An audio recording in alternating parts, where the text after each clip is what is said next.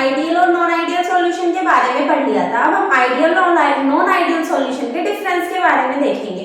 अब हमारा जो नॉन आइडियल सॉल्यूशन होता है वो पॉजिटिव और नेगेटिव दो तरीके की डेविएशन देता है अकॉर्डिंग टू राउट लॉ। अब जो हमारा आइडियल सॉल्यूशन होता है अगर हम इसे देखेंगे ओबे करता है राउट लॉ को at every range of concentration, her range पे कंसंट्रेशन की। लेकिन जो नॉन आइडियल सॉल्यूशन होता है उसमें जो पॉजिटिव डेविएशन देने वाले होते हैं डोंट ओबे राउट लॉ और नेगेटिव डेविएशन वाले भी डोंट ओबे राउट लॉ। अब जो सेकंड है जो हमारा डेल्टा एच होता है, डेल्टा एच मतलब कि जो हमारा एंथैल्पी होता है आइडियल सॉल्यूशन में वो एच मिनिमम क्या होता है, 0 होता है हमारा आइडियल सॉल्यूशन में। आइडियल सॉल्यूशन में डेल्टा एच मिनिमम मतलब 0 का मतलब क्या है, ना तो ये हमारी हीट एब्जॉर्ब होगी ना इवॉल्व होगी और डाइल्यूशन के समय। और नॉन आइडियल के जो पॉजिटिव डेविएशन है इसमें क्या होता है एंडोथर्मिक डाइल्यूशन होता है और हीट एब्जॉर्ब होती है। और नेगेटिव में क्या होता है एक्सोथर्मिक डाइल्यूशन होता है और हीट क्या होती है इवॉल्व होती है मतलब कि बाहर निकलती है। थर्ड क्या है हमारा वॉल्यूम, जो डेल्टा वी है वो क्या होता है हमारा 0 होता है। तो जो टोटल सॉल्यूशन की जो टोटल वॉल्यूम है वो इक्वल होती है सम ऑफ वॉल्यूम ऑफ जितने भी कंपोनेंट है उनको सम करके निकाल लेते हैं। और नेगेटिव जो पॉजिटिव वाला होता है उसमें वॉल्यूम इंक्रीज होती है जब हम डाइल्यूशन करते हैं और नेगेटिव में वॉल्यूम डिक्रीज होगी जब हम क्या करते हैं डाइल्यूशन करते हैं। नेक्स्ट क्या है जो हमारा आइडियल सॉल्यूशन में प्रेशर होता है वो दो कंपोनेंट के इक्वल होता है पीए पीबी के और वो इसकी एक इक्वल होता है राउट लॉ में पढ़ा था P naught X A P naught B X B mole fraction. अब क्या होता है जो हमारा पॉजिटिव डाइल्यूशन शो करता है उसमें क्या होता है जो हमारा प्योर लिक्विड होता है उसकी वैल्यू बड़ी होती है according to the the P naught X A. तो हमारा P A plus P B की वैल्यू ज्यादा आएगी पी नोट एक्स ए और P naught B X B. और नेगेटिव इसके अपोजिट चलेगा जिसमें हमारा प्योर लिक्विड की प्रेशर की कम वैल्यू आएगी अकॉर्डिंग टू दो कंपोनेंट को मिलाकर। नेक्स्ट क्या है हमारा आइडियल सॉल्यूशन में जो फिफ्थ है जब हम एक जैसे कंपोनेंट को मिलाएं या फिर ए बी दो ए को एक बी को मिलाएं या फिर बी को आपस में मिलाएं। मिलाने के बाद अगर हम देखें शुड बी अ सेम, अगर वो सेम है और B are identical shape size character बिल्कुल आइडेंटिकल है तो वो आइडियल सॉल्यूशन है। अब नॉन आइडियल में क्या होगा जब हम दो कंपोनेंट अलग अलग है ए बी उनका अट्रैक्शन फोर्स क्या होगा शुड बी वीकर होगा, वो कम होगा देन किससे ए और ए बी से फोर्स ऑफ अट्रैक्शन से, क्योंकि जो हमारा ए एंड बी है have a different shape size और कैरेक्टर अलग अलग है। सेम जो नेगेटिव डेविएशन देते हैं उसके अंदर क्या होता है जो हमारा ए का अट्रैक्शन फोर्स होता है वो क्या होता है ग्रेटर होता है किससे ए और बी के अट्रैक्शन फोर्स से। सो इसके में क्या होगा A B have a different shape size and character. Next हमारा क्या है जो एस्केपिंग टेंडेंसी होती है किसकी वेपर की वो प्योर लिक्विड में हमें देखने को मिलती है। सेम प्योर लिक्विड जिस भी कंपोनेंट सॉल्यूशन में से घोला गया है। और जो हमारा पॉजिटिव डेविएशन देता है इसमें क्या होता है ए बी इजीली एस्केप हो जाते हैं बट इनकी जो वैल्यू होती है वो क्या होती है हाइयर होती है एक्सेप्ट वैल्यू से वेपर प्रेशर की। और जो नेगेटिव वाले होते हैं इनकी जो और नेगेटिव डेविएशन में जो एस्केपिंग टेंडेंसी होती है वो क्या होती है बोथ ए और बी की जो एस्केपिंग टेंडेंसी होती है वो क्या होती है लोअर होती है जो भी हमारी मेन वैल्यू होती है वेपर प्रेशर की उससे। अब इसके बाद हमें ideal solution non ideal solution की पॉजिटिव और नेगेटिव डेविएशन के हमें एग्जांपल देखने हैं। जो हमारा आइडियल सॉल्यूशन होता है इसके एग्जांपल क्या होता है बेंजीन और टॉल्यूइन, हेक्सेन और n-heptane, chlorobenzene, bromobenzene, ethyl bromide और इथाइल आयोडाइड होते हैं।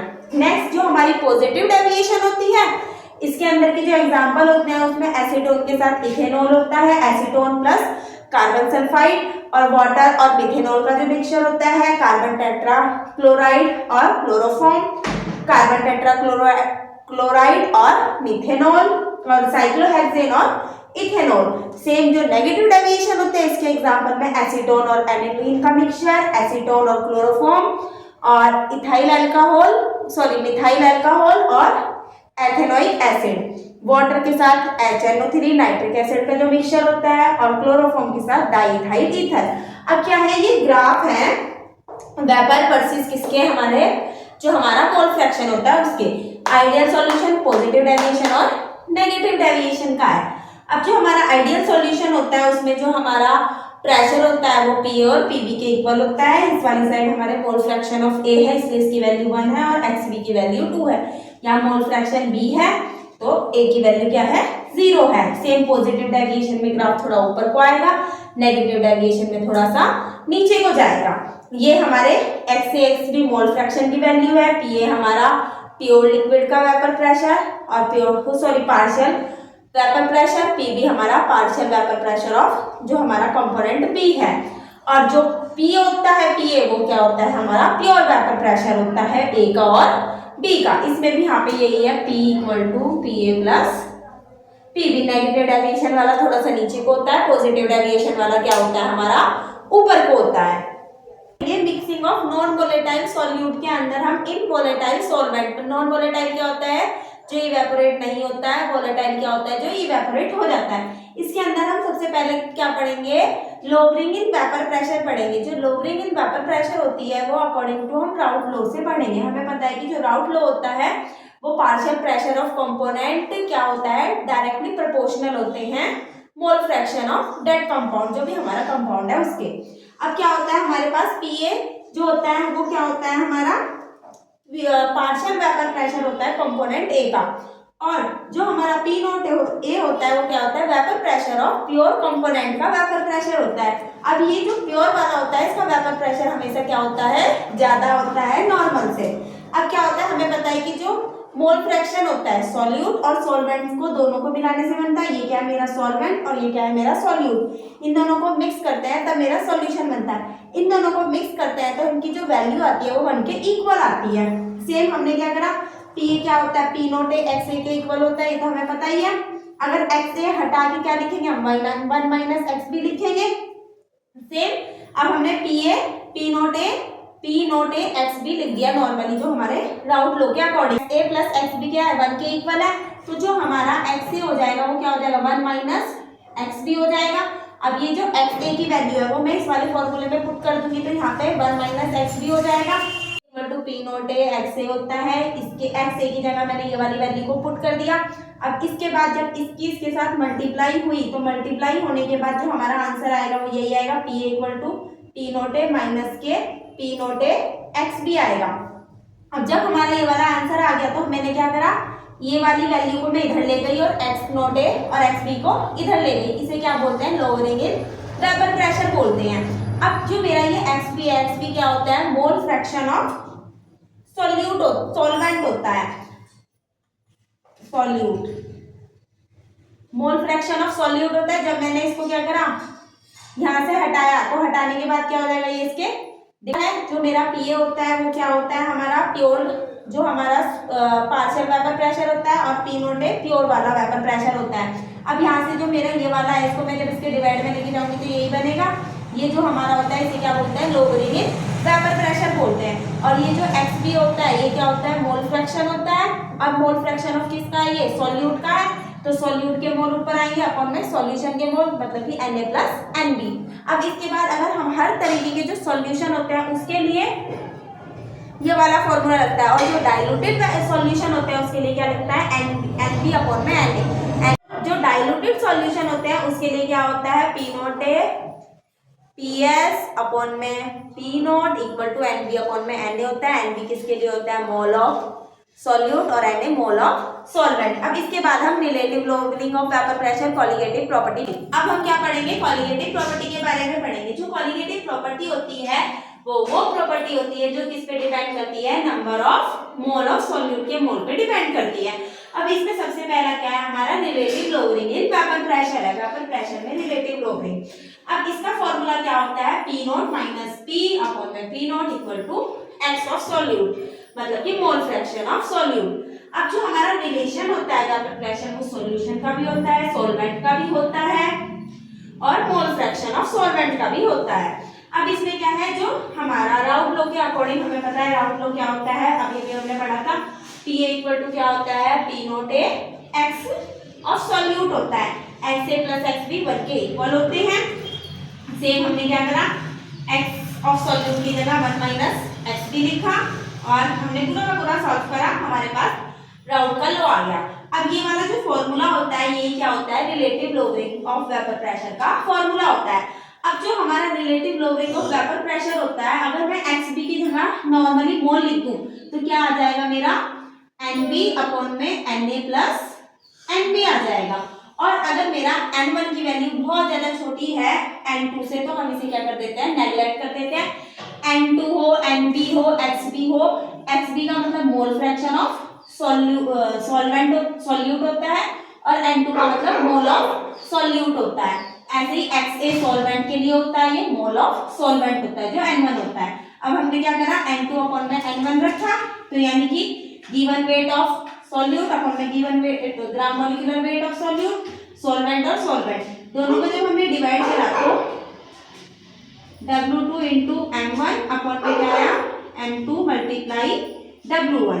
ये हमारा relative lowering in vapour pressure का क्या आया, फॉर्मूला आया। अब इसके बाद हम नेक्स्ट पढ़ेंगे, कोलिगेटिव प्रॉपर्टी पढ़ ली थी, वेपर प्रेशर को पढ़ लिया था। हम क्या पढ़ेंगे, इवैल्यूएशन इन बॉइलिंग पॉइंट पढ़ेंगे, जिसे डेल्टा टीबी से डिनोट करते हैं। अब इवैल्यूएशन इन बॉइलिंग पॉइंट क्या होता है, वो टेम्परेचर होता है जिस टेम्परेचर पे जो वेपर प्रेशर है सॉल्यूशन का, वो जो हमारा एटमॉस्फेरिक प्रेशर है उसके इक्वल हो जाएगा। ये लिखा है, जो बॉइलिंग पॉइंट है temperature at which vapour pressure of solution match with the atmospheric pressure. अब डेल्टा टीबी क्या होता है, इवैल्यूएशन इन बॉइलिंग पॉइंट, जो डायरेक्टली प्रोपोर्शनल होता है हमारे मोलैलिटी के। अब इस प्रोपोर्शनल को हटाने के लिए क्या लगाते हैं, एक कांस्टेंट लगाते हैं। जो कांस्टेंट होता है उसे क्या बोलते हैं, केबी। अब जो कांस्टेंट होता है वो क्या होता है, हमारा केबी होता है, जिसे इबिलोस्कोपिक कांस्टेंट कहा जाता है, बॉइलिंग पॉइंट कांस्टेंट भी कहा जाता है। इट एक्सप्रेस, अब ये क्या करता है, एक्सप्रेस करता है amount by which boiling point of solvent rise 1 molar non dissociated solute में कितना राइज अप हुआ। अब जो हमारा डेल्टा टीबी होता है वो क्या होता है, केबी इंटू एम क्या होता है हमारा मोलैलिटी, और मोलैलिटी का फॉर्मूला क्या होता है, given weight of solute upon में ग्राम वेट ऑफ सॉल्यूट और multiply weight of solvent in KG. अगर हमारा ग्राम में होगा तो हम क्या कर देंगे, 1000 ऊपर लिख देंगे मल्टीप्लाई में। इफ अगर ये किसमें हो गया, केजी से हटके ग्राम में हो गया, ठीक है। ये तो फॉर्मूला बन गया।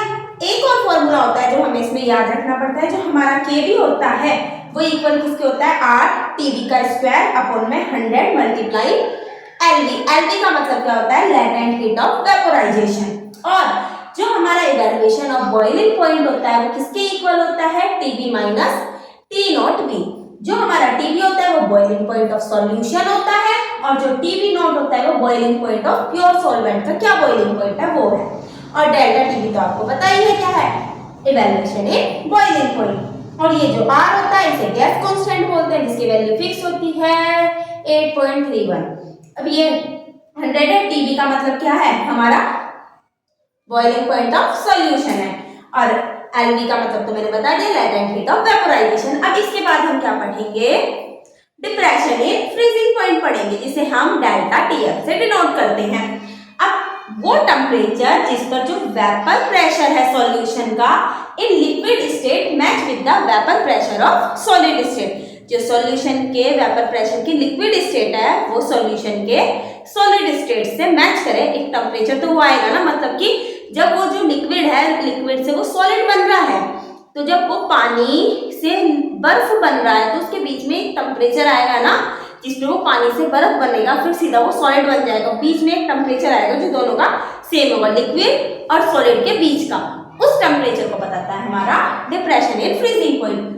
Temperature at which vapour pressure of solution in liquid state match with vapour pressure of solid state, जिसको वही होता है डेल्टा टीबी, किसके डायरेक्टली प्रोपोर्शनल होता है, हमारे मोलैलिटी के।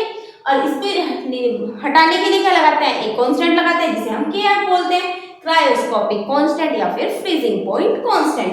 अब हमारा यही है delta TF equal to KF. Molality की जगह फॉर्मूला लिख लेते हैं, केएफ मोलैलिटी क्या होती है, given wait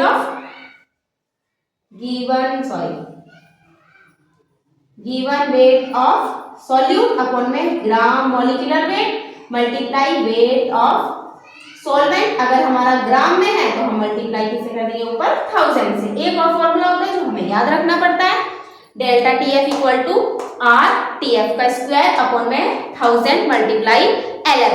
latent heat of कौन सी वाली आएगी, जब हम क्या कहते हैं लिक्विड से सॉलिड में चेंज होते हैं तो क्या होता है, बताना मुझे कमेंट में, ठीक है। अब इसके बाद हमारा एक और फॉर्मूला होता है, जैसे कि इसका है ना delta TB minus T naught F. ऐसे ही जो हमारा फ्रीजिंग पॉइंट का होता है वो क्या होता है, delta T F equal to T F minus के T naught F. Delta T F depression in freezing point और जो टी एफ है वो क्या है, फ्रीजिंग पॉइंट ऑफ सॉल्यूशन, और जो हमारा टी नॉट एफ है वो क्या है, freezing point of pure solvent. अब इसके बाद हम नेक्स्ट कॉलिगेटिव प्रॉपर्टी पढ़ते हैं, वो है हमारी कॉलिगेटिव प्रॉपर्टी के बारे में पढ़ लिया, relative longing in vapour pressure, osmotic evaluation in boiling point, depression in freezing point. अब हम पढ़ेंगे ऑस्मोटिक प्रेशर के बारे में। अब जो हमारा ऑस्मोटिक प्रेशर होता है इसे हम पाई से डिनोट करते हैं। ये क्या होता है, ऑस्मोटिक जो हमारी ऑस्मोसिस होती है वो क्या होती है, वो प्रोसेस होती है जिसमें क्या होती है, मूवमेंट होती है सॉल्वेंट पार्टिकल की from its higher concentration to lower concentration through semi-permeable membrane, through semi-permeable membrane होती है। अब जो हमारा एक्स्ट्रा प्रेशर होता है सॉल्यूशन पर साइड पे which was be the pressure, जिसे हम क्या बोलते हैं, ऑस्मोसिस रुक जाती है, ऑस्मोटिक प्रेशर बोलते हैं। ये लिखा है movement of solvent particle from higher concentration region to lower concentration region through semipermeable membrane। The extra pressure on the solution side at which process of osmosis just stop is called osmotic pressure। जिसे हम पाई से denote करते हैं वो क्या होता है, MRT होता है। M क्या होती है, हमारी मोलैरिटी होती है। N अपॉन में V, ये लिखा है M equal to molarity of solution having mole of solute होते हैं जिसके पास N अपॉन में V। N क्या है, mole of solute, given weight upon में ग्राम मोलिकुलर वेट। यही लिखा है N equal to given weight upon में ग्राम मोलिकुलर वेट, RT और V। R का मतलब हमारा गैस कांस्टेंट, T का मतलब टेम्परेचर, V का मतलब वॉल्यूम, ये सब लीटर में है। अगर हमारा प्रेशर और ऑस्मोटिक प्रेशर में ऑस्मोटिक प्रेशर की वैल्यू ज्यादा होगी तो हमारी ऑस्मोसिस कंटिन्यू रहेगी। अगर हमारे नॉर्मल प्रेशर की वैल्यू ज्यादा होगी तो ऑस्मोसिस रिवर्स हो जाएगी। अगर दोनों इक्वल है तो ऑस्मोसिस जस्ट स्टॉप हो जाएगी। अब तीन तरीके के सॉल्यूशन होते हैं, जब वो सॉल्यूशन होते हैं उसे आइसोटोनिक, हाइपरटोनिक और हाइपोटोनिक सॉल्यूशन कहा जाता है। अब जो हमारा आइसोटोनिक सॉल्यूशन होता है इसमें पाई 1 इक्वल टू पाई 2 होता है। हाइपोटोनिक सॉल्यूशन में पाई 1 की वैल्यू से ज्यादा पाई 2 की वैल्यू होती है और हाइपरटोनिक सॉल्यूशन में पाई 1 की वैल्यू से पाई 2 की वैल्यू कम होती है, ठीक है। आइसोटोनिक में इक्वल, हाइपोटोनिक में पाई 2 की वैल्यू ज्यादा होती है और हाइपरटोनिक में पाई 1 की वैल्यू ज्यादा होती है। अब हमें पढ़ना है वांट ऑफ फैक्टर। अब जो वांट ऑफ फैक्टर होता है इसमें क्या होती है, इंक्रीजेस या फिर डिक्रीजेस होती है वैल्यू ऑफ कॉलिगेटिव प्रॉपर्टी की वैल्यू। ये लिखा है the factor by how much time, कितने भी टाइम, कोई सा भी जो भी फैक्टर है वो by which there is an increases और decreases observe in a value of colligative property. अब जो वांट ऑफ फैक्टर होता है इसे हम आई से डिनोट करते हैं, ऑब्जर्व कॉलिगेटिव प्रॉपर्टी अपॉन में नॉर्मल कॉलिगेटिव प्रॉपर्टी, या फिर नॉर्मल ब्रैकेट में लिखा कैलकुलेटिव, मतलब कि जो भी हम कैलकुलेट करके निकालते हैं वो मोलर मास, और अपॉन में एबनॉर्मल या फिर ऑब्जर्व मोलर मास क्या है। अगर हम लिखें तो I इक्वल टू क्या आ जाएगा, M कैलकुलेटिव वाला मोलर मास और अपॉन में ऑब्जर्व मोलर मास। अब इसके केस होते हैं, जो केस फर्स्ट होता है वो क्या होता है, डिसोसिएशन, मतलब कि टूटना। Number of solute particle increases होंगे और हमारा जो वांट ऑफ फैक्टर की वैल्यू 1 से ज्यादा आएगी। फॉर वीक, बहुत वेरी वीक इलेक्ट्रोलाइट के लिए अल्फा क्या होता है, हमारा डिग्री ऑफ डिसोसिएशन होता है। अब ए भी था, उसको तोड़ा, तोड़ने के बाद A प्लस और B माइनस बना। अब AB को तोड़ा, तोड़ने के बाद A प्लस और B माइनस बना। जब वीक इलेक्ट्रोलाइट के लिए AB को जब तोड़ा तो A प्लस और B minus. At time equal to 0 पर ये 1 और ये दोनों क्या हुए हमारे 0 0। अब इक्विलिब्रियम समय पे क्या आया, ये अल्फा ये 1 माइनस अल्फा आया। अब अगर हमें n निकालना है, नंबर ऑफ मोल निकालना है, तो सबको हम प्लस कर देंगे, ये अल्फा और 1 minus alpha, alpha 1 minus alpha, alpha plus alpha, minus plus वाले से ये वाला अल्फा कट गया तो 1 प्लस अल्फा आ गई n की वैल्यू। अब जो हमारा i होता है वो क्या होता है, हमारा वांट ऑफ फैक्टर होता है 1 प्लस अल्फा अपॉन में ऑब्जर्व क्या भी हमारी 1, या फिर हम इसे ये भी लिख सकते हैं i equal to 1 plus alpha. जो हमारा अल्फा होता है वो क्या होता है, i माइनस 1 अपॉन में n माइनस 1 भी फॉर्मूला होता है। अल्फा क्या होता है, हमारा डिग्री ऑफ डिसोसिएशन होता है। Number of mole of dissociation कितने टूटे अपॉन में total number of mole taken, total कितने मोल लिए गए थे। अब जो हमारा आई होता है वो क्या होता है, number of ion after dissociation, number of ion after dissociation multiply alpha degree of dissociation और प्लस 1 माइनस अल्फा होता है। अल्फा क्या होता है, हमारा फॉर्मूला वही है आई माइनस 1 अपॉन में 1 अपॉन में एन माइनस 1। अब इसके बाद हमें ये हमारा पूरा वन हाफ फैक्टर था। इसके बाद हमें कुछ इंपॉर्टेंट और पढ़ना है जिसमें जो हमारी जनरल कॉलिगेटिव प्रॉपर्टीज होती हैं उसमें हमारी relative lowering, elevation of boiling point, depression in freezing point और ऑस्मोटिक प्रेशर आता है। सबके साथ हम वन हाफ फैक्टर की मल्टीप्लाई कर लेते हैं। P naught minus P A upon में पी नॉट इक्वल टू क्या हो जाएगा I into K X B. Same इसी तरह इवैल्यूएशन इन बॉइलिंग पॉइंट में भी I into K B into M small M जो मोलरिटी वाला होता है। फ्रीजिंग पॉइंट में भी आई इंटू के एफ इंटू एम कर देंगे और ऑस्मोटिक प्रेशर जिसे पाई से डिनोट करते हैं I into M into R into T कर देंगे। अब इसके बाद इस चैप्टर में हम कुछ इंपॉर्टेंट पॉइंट है वो पढ़ेंगे। अब हमें इंपॉर्टेंट पॉइंट के बारे में पढ़ना है सॉल्यूशन चैप्टर के। जो हमारा पहला पॉइंट है वो क्या है, bond half factor is calculated for a weak electrolyte के लिए इसे हम कैलकुलेट करते हैं। सेकंड क्या है, जो हमारा इवैल्यूएशन इन बॉइलिंग पॉइंट और डिप्रेशन इन फ्रीजिंग पॉइंट होता है वो डायरेक्टली प्रोपोर्शनल होता है किसके, हमारे मोलरिटी के। थर्ड क्या है, जो हमारा गिब्स फ्री एनर्जी होती है ऑलवेज वो हमेशा क्या होती है, नेगेटिव होती है, आइडियल या फिर नॉन आइडियल दोनों सॉल्यूशन के लिए। थर्ड क्या है, ऑस्मोसिस स्टॉप हो जाती है, जो हमारा ऑस्मोसिस की प्रोसेस होती है वो स्टॉप हो जाती है when pressure of solvent equal to be the osmotic pressure के। जब प्रेशर ऑफ सॉल्वेंट इक्वल हो जाता है तो ऑस्मोसिस की प्रोसेस स्टॉप हो जाती है। नेक्स्ट क्या है, value of one Hoff factor की जो वैल्यू होती है अगर वो ग्रेटर देन 1 से ज्यादा है तो डिसोसिएशन होगा और अगर 1 से कम है मतलब कि स्मॉलर है तो एसोसिएशन होता है और वन हाफ फैक्टर की वैल्यू इक्वल है तो नॉन इलेक्ट्रोलाइट सोल्यूट होता है। अब क्या है, अगर कोई लिक्विड, अब इसके बाद हमारा क्या नेक्स्ट पॉइंट, और लिक्विड मिक्सचर, कोई लिक्विड का मिक्सचर है having a definite composition and boiling like a pure liquid, definite composition है और बॉइलिंग प्योर लिक्विड की तरीके से है तो इसे क्या बोलते हैं, हम कांस्टेंट बॉइलिंग मिक्सचर बोलते हैं। कांस्टेंट बॉइलिंग मिक्सचर बोल लो, चाहे एजोट्रॉफिक मिक्सचर बोल लो या सिंपलीफाई एजोट्रॉफ बोल लो, कुछ भी बोल सकते हैं। अगर liquid mixture having a definite composition and boiling like a pure liquid is called constant boiling mixture, azeotropic mixture या फिर simplify azeotrof कह सकते हैं। नेक्स्ट क्या है, जो हमारा azeotrof का मिक्सचर है can not be separate into there continent, जो भी जैसे वो बना है वो उसमें सेपरेट नहीं होता है बाय फ्रैक्शनल डिस्टिलेशन से। Azeotropic mixture can not be separate into their continents by fractional distillation से वो सेपरेट नहीं होता। नेक्स्ट पॉइंट क्या है, when boiling point of azeotrof is less than boiling point of either pure component, अगर azeotrof की जो boiling point है वो जो हमारा pure component है उससे कम है तो हम इसे minimum boiling point azeotrophs बोलते हैं। सेम इसी तरीके से अगर हमारा जो boiling point है azeotrophs का वो higher है इससे pure component से तो इसे हम maximum boiling point azeotrophs बोलते हैं। नेक्स्ट क्या है, जो आइडियल सॉल्यूशन होते हैं डू नॉट फॉर्म एजेट्रॉफ्स को वो फॉर्म नहीं करते हैं और जो नॉन आइडियल सॉल्यूशन होते हैं वो क्या करते हैं, हमें एजेट्रोपिक मिक्सचर को जो फॉर्म करते हैं। ठीक है, अब तक जो भी हमारे इंपॉर्टेंट पॉइंट थे सॉल्यूशन चैप्टर को हमने सारा जो भी इंपॉर्टेंट था बोर्ड के लिए वो सारा हमने कंप्लीट कर लिया है।